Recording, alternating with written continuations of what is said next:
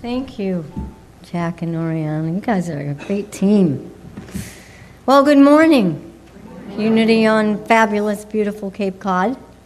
I love being here. Did you all have a good summer? Sad it's over, huh? Actually, you're probably happy because not so many tourists coming down. I noticed the traffic on 28 was much lighter today. Usually it takes a half hour to go 2 miles. Now it takes 2 minutes to go 2 miles. Well, I was down here last weekend, and my nephew, one of my many nephews, got married in Yarmouth, and I was blessed to officiate the wedding.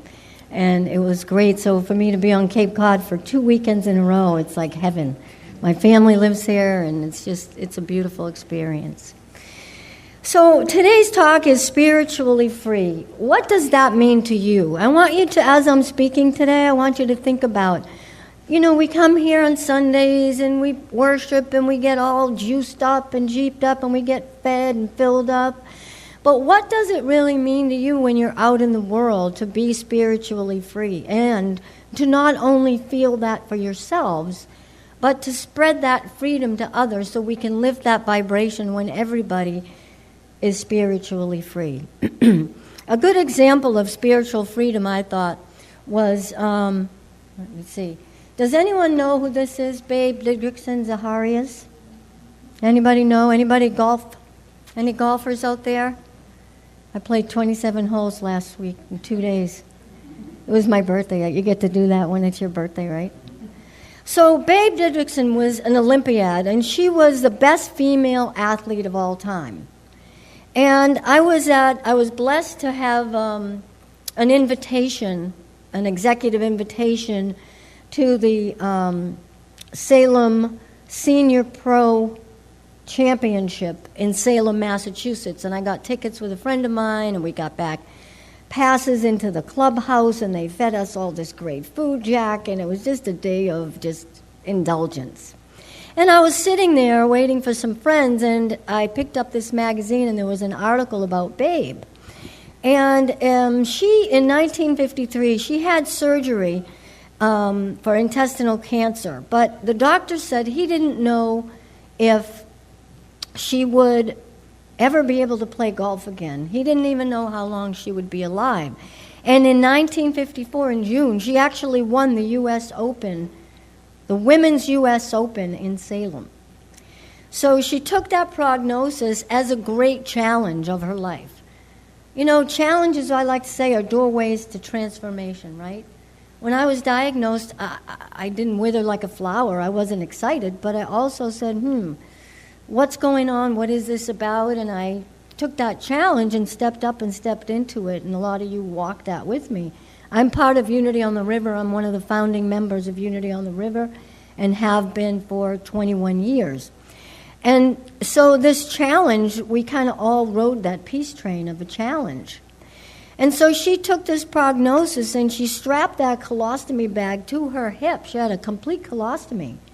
And she went off, and it said she bludgeoned the 53-player field that day, and she won by a 12-stroke margin of victory.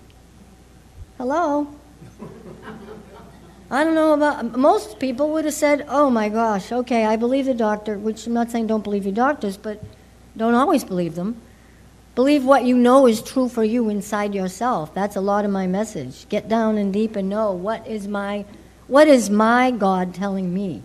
What is my gut telling me? What do I know is true for me? What she knew was true for her. She went out and she played, and she said when she was interviewed, my prayers have been answered. Well, at the presentation ceremony that came after, she explained that what she meant was, she said that she wanted to show the 15,000 people that contacted her about their own challenges, mostly with cancer, that the operation could help her return to a normal life. And that was her answer to them. She didn't just have an operation, have a colostomy bag, and go and lay down. She stepped up and she stepped in. And when we live spiritually free and we follow the longing of spirit, we don't just do that for ourselves.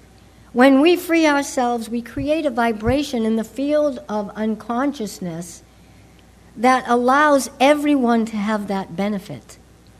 when we're doing things that are good and right and just, and we're doing things for ourselves that make us feel good, there is a ripple effect, that it raises that consciousness and that goodness. Jesus said where two or more are gathered, we can do miraculous things by holding that fact and knowing that we do not just do it for ourselves. So, she didn't let her body dictate. She didn't let her condition dictate. What she let dictate was her spirit. Her spirit dictated. Her spirit soared. She was spiritually free, and that spiritual freedom made her independent of what other people thought or said or did or told her what might be the best thing for her. They told her, go play golf. It was probably 90 degrees that day. And here she is whacking a ball. I mean, a margin of 12-stroke victory.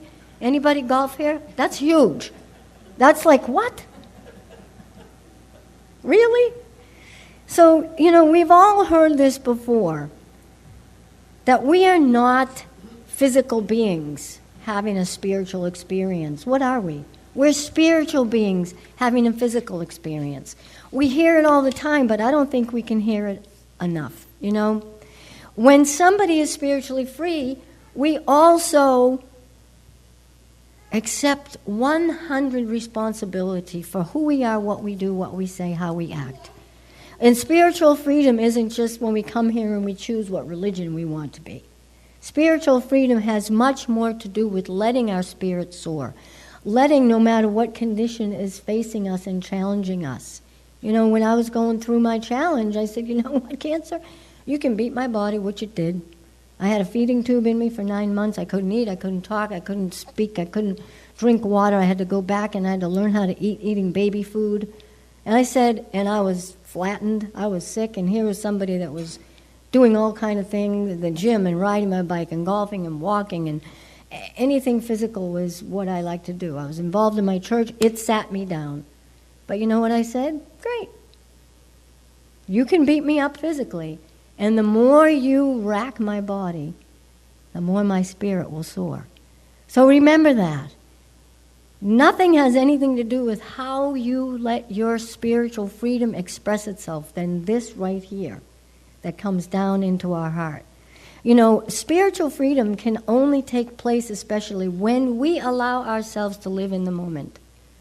You want a real gift and know that every day is a gift and we got to open it like it's Christmas? Live in the moment. I realized there is no then and there is no when. There's only now. There's no such thing as then. There's no such thing as when. There's only now. I think when you see it and you hear it, no then, no when, only now. When we live in the present moment, without our ego dictating and moving us and pushing us and pulling us, we can live with full joy and full expression and full spiritual freedom, constantly unfolding in that state of awakening. You're in this moment now and you're like, oh, we let everything kind of come in and pile up on us. And we stop and breathe and say, how many people stop and breathe during the day? Most people don't. I say set a timer. Set your little whatever device you have, an Apple Watch. I don't know anything about those, but I know the Red Sox are in a lot of trouble. Set your device, set something and set a timer and stop and breathe. Most times we don't breathe and think, oh wow, this moment, everything's fine. That moment's gone right now, this moment. Oh, that moment's gone right now, that moment, this moment. Every moment, those moments we just had right now, they're never coming back. So make sure they're having a lot of energy of goodness and joy and being free. Once a year we celebrate 4th of July. And just, 8 weeks ago we celebrated a crucial moment in history, and when we signed the Declaration of Independence. And as we look back, we realized that was a very significant day. And I thought, you know what? Here's a great idea. Excuse me. How about we make a significant and risky declaration for ourselves? What if we signed our own personal Declaration of Independence? Think about it. We look back and we sign our own declaration and we say, you know what? Whether I live or die, sink or swim, succeed or fail, I stand behind this declaration of spiritual independence. Those were the exact words in the Declaration of Independence. And if it is God's will, I am ready to die in order that I might experience being spiritually free. Now, I don't want to die anytime soon. I already been there and done that. I was dead and I came back to life and I'm having a heck of a time. But do you think Babe cared if she died after winning the U.S. Open? I don't think so. She did die a few years later, but you know what? I bet you have to hit in that little white ball in that hole, which is a crazy game, isn't it? I think golf's backwards. They charge you $80 to go play golf, but they don't want you to hit it a lot. So I hit a lot. I hit the ball a lot. In fact, if I don't like the way I hit that ball, I drop another and I hit that one. Not if people are behind me. But yeah, I think golf's whack. It's fabulous, but it's mostly fun to just walk around in God's beauty. That's what I love the most. But when she died, I guarantee you she died very peacefully and such a smile on her face. Because her spirit soared. She was spiritually free. If we're afraid of dying, you cannot live authentically. I know I don't want any of you to go dying on me today or tomorrow. Tony won't let me come back here. But you know what? We don't know. One of my best friends of 40 plus years, my best male friend in the whole world, he was closer to me than my two brothers are, and they're pretty close. Last November 19th, I went out in his kayak to watch the sunrise. A boatsman, yachtsman, he was born on the water. And they found his body in Hull on the beach, dead. Now, my own journey shocked me into being in the moment and living every day. But the death of my best friend, my best female friend is in the back of the room today, but my best male friend, he was like, we're family, that shocked me. Don't do anything that doesn't feel good. Don't waste your time with people that don't feel good. Don't do things that you think you should do. Like Oprah says, don't should on me. Don't do things with people that are not of the vibration that hold you up and high. Just don't do it. If you're in a job that is not making you happy, get an exit strategy. See? Kids know. The second paragraph of the Declaration of Independence begins with these words: we hold these truths to be self-evident, that all men, they forgot to put women, and women are created equal, that they are endowed by the Creator with a certain unalienable rights, that among these are life, liberty, and the pursuit of happiness. These are our rights. What frees you? What frees your spirit? What is your personal version of liberty, and what's your personal freedom of happiness? Think about it when you leave here today. Think about it every day, every moment. Make sure you're doing what's making you happy and feeling that freedom of your spirit. You know when you're feeling it. You know when your heart's singing in freedom. So this movie producer was shooting a video for kids, and he was talking about God. It was a television show all about God. And he asked these little kindergarten kids, he asked one boy, what did the signers of the Declaration of Independence, freedom, what did they declare freedom from? And the kid said, your parents. And he asked another kid, what happened in 1776? And the boy said, Christopher Columbus discovered America. No. Then he asked him about spiritual freedom, and another child said, you get to get up and you get to go outside and you get to play and you get to say, yay! Lest we forget there's a little, what did Jesus say? The children will be granted access. Be like children, not childish, childlike. I love that definition of spiritual freedom because it reminds me when we go outside and we're children, we have this amazing, I have lots of kids in my life. I have a huge, crazy Italian family, and now they keep making babies. There's babies, and we got the 53rd great niece and nephew coming in November. And then more weddings the next generation. And then, like my brother-in-law said yesterday, then there's going to be more babies.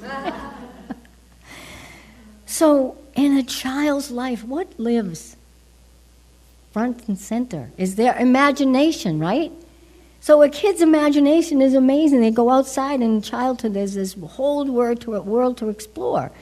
And you know what? We know this instinctively. It lives in us. It resides in us. It's what drives us. Einstein said, imagination is far more important than knowledge. Let your imagination about what you want your spiritual freedom to look like. God wants us to play and be exuberant in our spiritual freedom. He wants us to go outside into the open spaces. But to go outside into the open spaces, we need that open space within our own self. We want to fill up, we want to free up, and we want to go out into the world.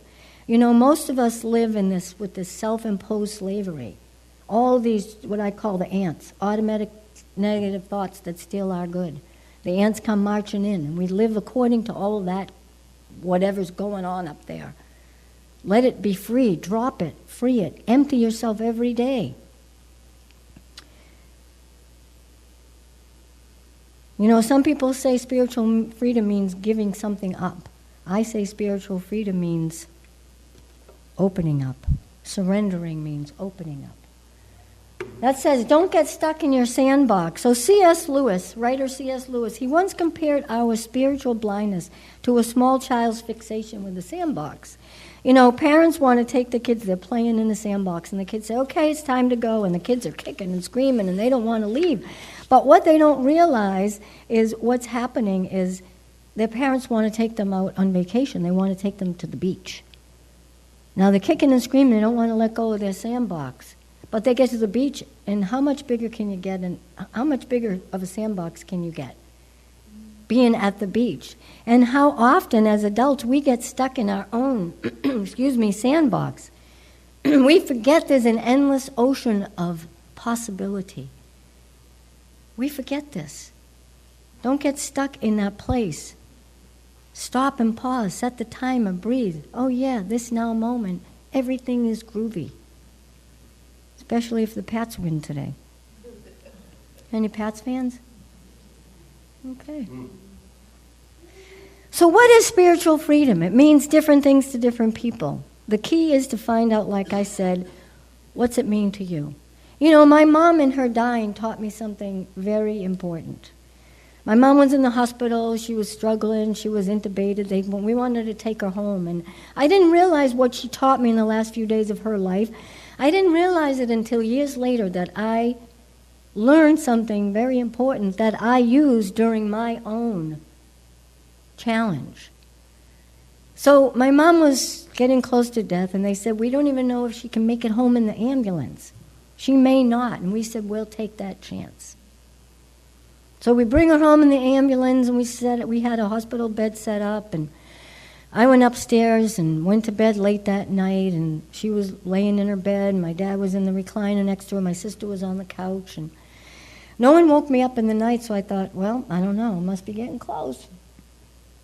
So I go walking down the stairs, and the bed was back here, so I had to go down the stairs and take a right turn, sharp turn, into the living room where she was. And I open I turn around, I look at her, and I can't believe my eyes. She's sitting up, eating a soft-boiled egg and eating a grapefruit. And I said, Lil, I thought you were supposed to be dead. She goes, no, I didn't want to die yet. I wanted your sister to make me an egg. I'm like, what? She goes, yeah, I didn't want to die. And then my brother came in. He goes, Ma, what are you doing? You're supposed to be, dead soon. She goes, no, I didn't want to die yet. He goes, well, I wrote you obituary. She says, read it to me. So he read it to her. She says, no. You got to change that part. Oh, no, don't say that. Yeah, no, say this. What about playing cards up in heaven when I see your Uncle Mike and Uncle Henry? Are we going to talk about that? Because that's what I'm going to do. I'm like, how cool is that? This woman always had a feisty spirit. It doesn't fall far from the tree. And what she taught me was her body the next 4 days broke down and broke down and broke down. But no matter what happened, she let her spirit soar. We had a blast. My mother never drank a beer in her life. She had a beer every day. I mean, it was bizarre. It was so much fun to watch her just do this. And when I had to live through my challenge, I let my spirit soar. And I learned that. I didn't even that was 12 years ago. I didn't realize that until about a year ago when I was telling this story at another church. I thought, my goodness, that's where I got it. So do you have the freedom to let your spirit soar no matter what? Do you have the freedom to believe what you want and what you choose to love is truly at your core, at your heart center? If it isn't, don't do it. There are certain freedoms we take for granted every day. And while you want to defend your right to make your own choices, you want to make sure that you're making choices from that place of true spiritual freedom. Do you have the freedom to ground yourself, to let go of energies that don't work for you? Do you have the freedom to feel well, to know that no matter what, you're the boss of you, nobody else? And to be happy, even when other people aren't happy. Sometimes, it's like entrainment. One string of a guitar and the other's entrained to it. Be that entrained person that is the happy. Don't get sucked in by somebody's non-happiness, because believe me, we can. Even the strongest among us. I know for myself I can be around somebody who's, I'm not saying they're having a bad day. You want to help people rise up. But there are people who are just negative and they want to pull you down. Don't do it. Go on. Move on. Pray for them. Step aside. Make a different choice. Other freedoms to look at. The freedom to create your life the way you want it based on what your imagination tells you about expressing yourself fully. I have a whole program that I sell online. It's called Life. It stands for Live in Full Expression. It's an 8-module course. How to get you to that place where you're living fully expressed from your truth. The freedom to live your life, not the life somebody else thinks you ought to be living.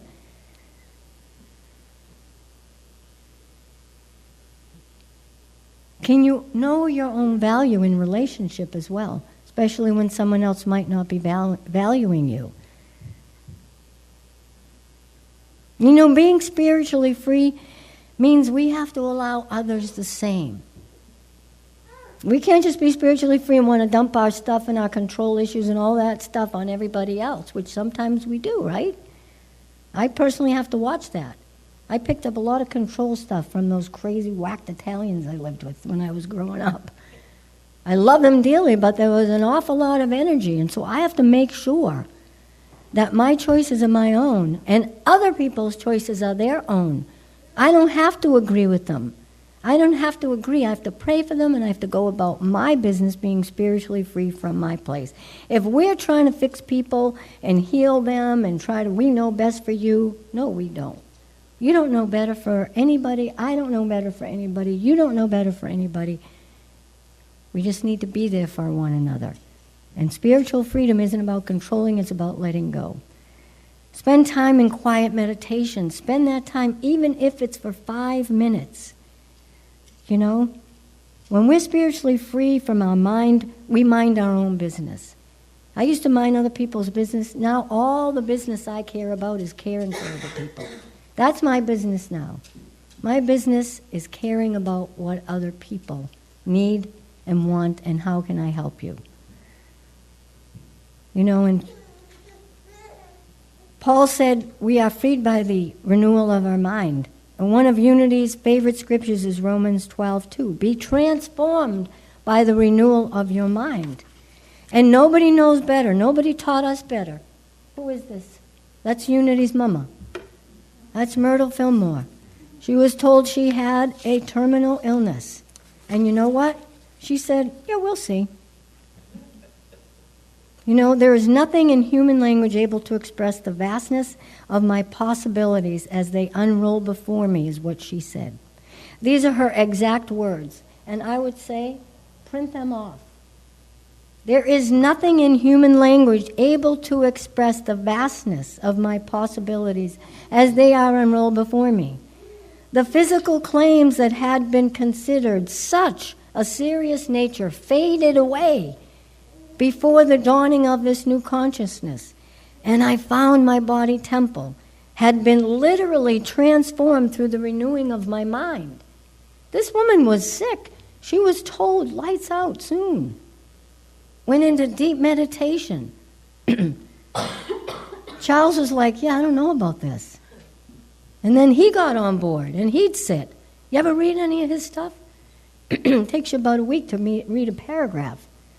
Because you got to sit down, and you get to contemplate it. She said, I went to all the life centers in my body and spoke words of truth to them. Not what someone told her.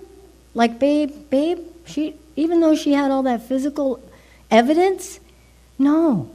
She spoke words of truth to them, words of strength and power. I asked their forgiveness for the foolish, ignorant course that I had pursued in the past. I did the same thing. I did not, and you know anybody dealing with cancer, please suggest that they don't battle cancer. They got enough going on. How about befriend it? That's my book, From Stage 4 to Center Stage. It's not just about cancer, it's about life. We don't get anywhere fighting. There's enough, where there's a battle, there's a war, and there's enough war. And you cannot have a war going on. And she knew. I asked forgiveness for the foolish, ignorant course that I had pursued in the past.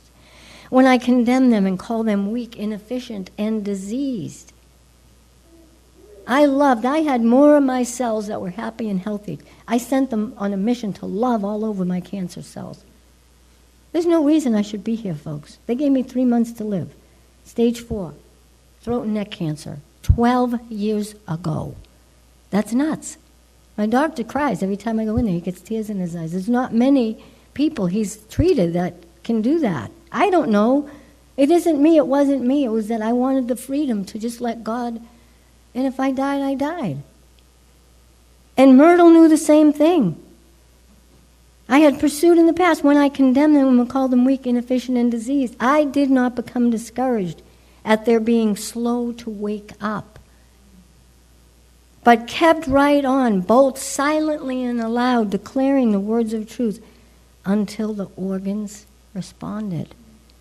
The game of life is played in the 6 inches between our ears. Our true spiritual freedom lies in the renewing of our mind and declaring our spiritual freedom. So that's what we do on a daily basis. Spiritual freedom means to renew your mind, declare your truth, and live spiritually free. Live as a spiritually independent person in the vibration that God knows we need this vibration raised more than ever, don't we? To love each other. This divisiveness we are experiencing can be healed. Don't get discouraged. Don't get discouraged. Stay strong, stay knowing, stay centered and grounded in your own truth, and all else will follow suit. You have been watching the message from our Sunday celebration service here at Unity on Cape Cod, providing a positive path for spiritual living. Please join us every Sunday morning at 10 a.m. at 147 Walton Ave, Hyannis, Mass. And visit us online at www.unityoncapecod.org.